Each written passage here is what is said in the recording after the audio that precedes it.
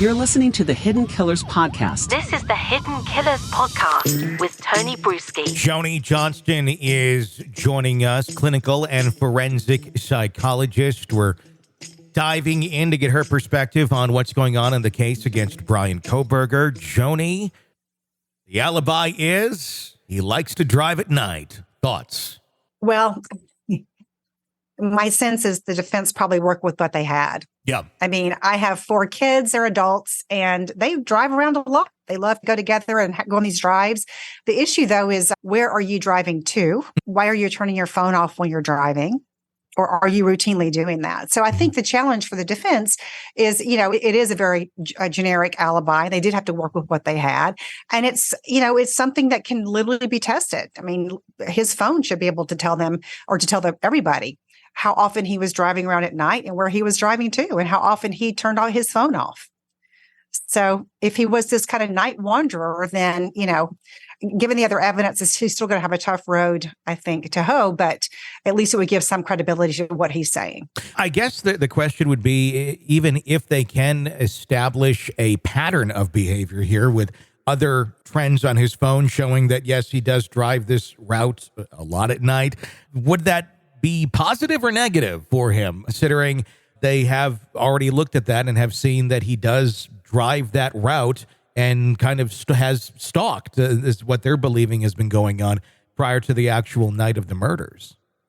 Well, that's the problematic part, right? Yeah. So it is a problem if you are a night wanderer only to a specific location. So I think where you're driving to and why you're driving there is going to be a critical part of this alibi. So I guess in theory, if you showed that this is somebody who every night, for the past 8 months, drove hundreds of different places and just happened on 12 occasions to go by the house where 4 people were murdered, you could at least make the argument that, yeah, he did drive by this area 12 times, but look, he drove 200 other times to, 550 other locations. Again, even then, this is obviously just one piece of the puzzle, right? Sure.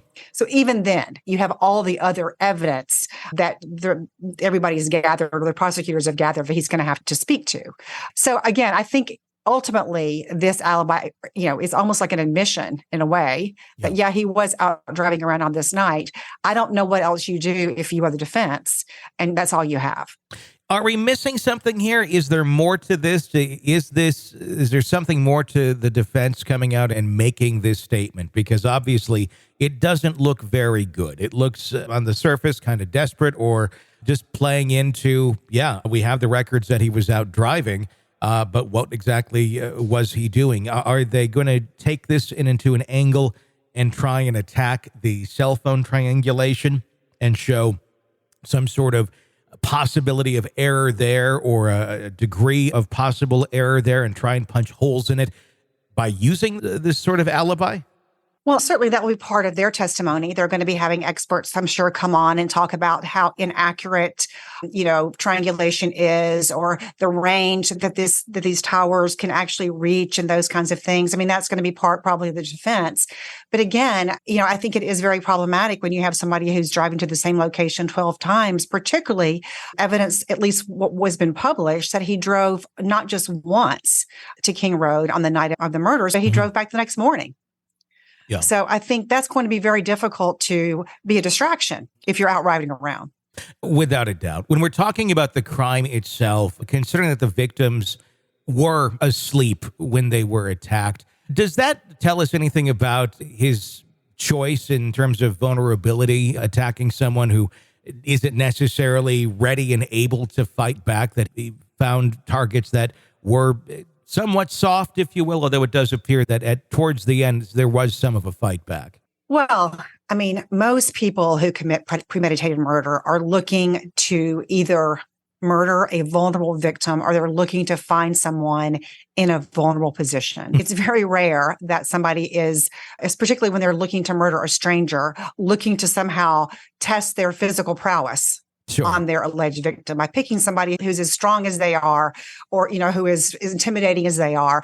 They're looking for somebody they can easily control. And certainly, sneaking into a house and, attacking somebody in their sleep. I mean, how much more vulnerable can you be as a victim? Yeah. How much easier would it be if you're the perpetrator? when somebody is completely unconscious and unaware that somebody's even in the room. Without a doubt. When we're looking at the crimes that have been committed here and trying to evaluate the individual, the fact that these crimes were committed kind of in the circle of where he travels. This is an area where, the crimes were committed. He certainly heard about them. We know he heard about them while he was teaching. His choice to go all the way to this part of the country, all the way out to live in Pullman, Washington, then to drive over to Moscow to allegedly commit these sort of crimes. Is there something to that he wanted to do this not only in the area where he lived, but further away from where he originally called home? This was not his regular home base area, but to move out there, then commit these sort of crimes elsewhere than where his main residence is back in Pennsylvania.